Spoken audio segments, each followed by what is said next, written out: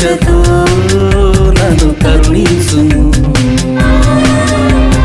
దేవా నీ స్పర్శతో నన్ను దీవించుము,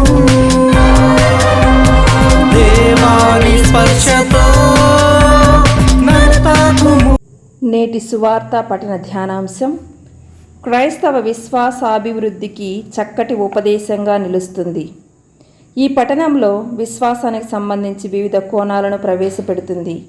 అందులో ప్రధానమైనవి: మొదటిది క్రీస్తు ఉనికి, సత్సంగం, వరప్రదానం, అద్భుత శక్తులు, అమృత వాక్యాలు. రెండవది ప్రార్థన, దేవునితో సంభాషణ. మూడవది సరస్సు. నాలుగవది పడవ ప్రయాణం, మునుగుదల. ఐదవది యేసు నీటిపై నడక, అలల అలజడి, ఆందోళన. 6 శిష్యుల స్పందన, భయాందోళనలు. 7 భయభ్రాంతులై భూతమని కేకలు. 8 అభయం, నీటిపై నడక. 9 పేతురు అత్యుత్సాహం, నీటిపై నడకకు ఆహ్వానం, తడబాటు. 10 పేతురు యొక్క విన్నపం, క్రీస్తు అభయహస్తం. 11 క్రీస్తు ప్రకృతిని అదుపు చేసి నియంత్రించుట. 12 శిష్యులు దేవుని స్తుతించి ప్రకటించుట, నీవు దేవుని కుమారుడవు అని ఆరాధించారు. పై ఉదహరించిన వివిధ అంశాలు ప్రతి క్రైస్తవుడు, ప్రతి విశ్వాసి, సగటు మనిషి ఎదుర్కొంటున్న నిత్యానుభవాలు. ప్రతి సమస్యకు పరిష్కారం ఉన్నట్లు క్రీస్తుపై ఆధారపడి ఉండే వారికి క్రీస్తే శరణం, వరం ఎదురు చూస్తుంటాయి. వాటిని సొంతం చేసుకోవాలి. ప్రతి పనికి, కార్యాన్ని నిర్వర్తించడానికి ప్రార్థన ఆవశ్యకతను చాటి చెప్పడానికి క్రీస్తు స్వయంగా ప్రార్థనను ఏకాంతంగా చేయాలని కోరుకోవడం సందేశాత్మకం. ప్రార్థన నిత్య జీవితానికి జీవాహారం లాంటిది.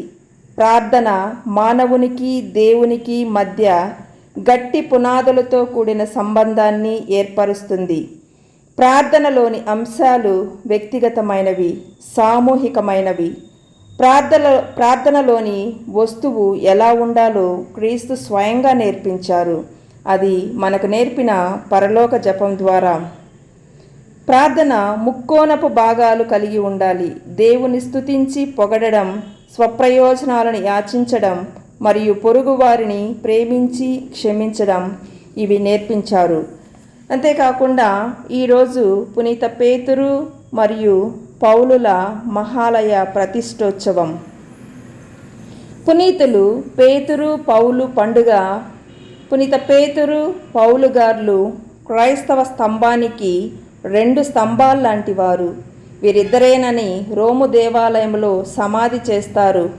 ఆ పిమ్మట కొన్ని శతాబ్దాల తర్వాత ఆ దేవాలయాన్ని పునరుద్ధరించి యాత్రాస్థలంగా తీర్చిదిద్దారు. రోములోని క్రైస్తవ సంఘాన్ని తీర్చిదిద్దిన తీరు, రీతి క్రైస్తవ సంఘానికి ఆసియా ఖండంలో పునాదులు వేశారు. దానితో క్రీస్తుని ప్రపంచానికే ప్రకటించారు. నేడు పునీత పౌలు, పేతురు గారి మహోత్సవ సందర్భముగా వారు చేసిన మంచి పనులు గుర్తెరిగి మనకి కావలసిన అనుదిన విశ్వాసాన్ని బలపరచమని ఆ ప్రభువుని అడుగుదాం. ఎందుకంటే ఈరోజు విశ్వాసం అనే విత్తనం ద్వారా నీటిపై నడక గురించి ఆ ప్రభువు మనకు నేర్పించారు. కాబట్టి అలలలో కొట్టుకొని పోకుండా ఏకాంతముగా ఉండి ప్రార్థించి, ధైర్యం వహించి, ఇతరులకు మంచి చేస్తూ, ప్రేమిస్తూ, పలకరిస్తూ, జీవిస్తూ, ఆరాధిస్తూ, ఒకరినొకరు భక్తితో భగవంతుని స్తుతించమని వేడుకుందాం. ఆమేన్.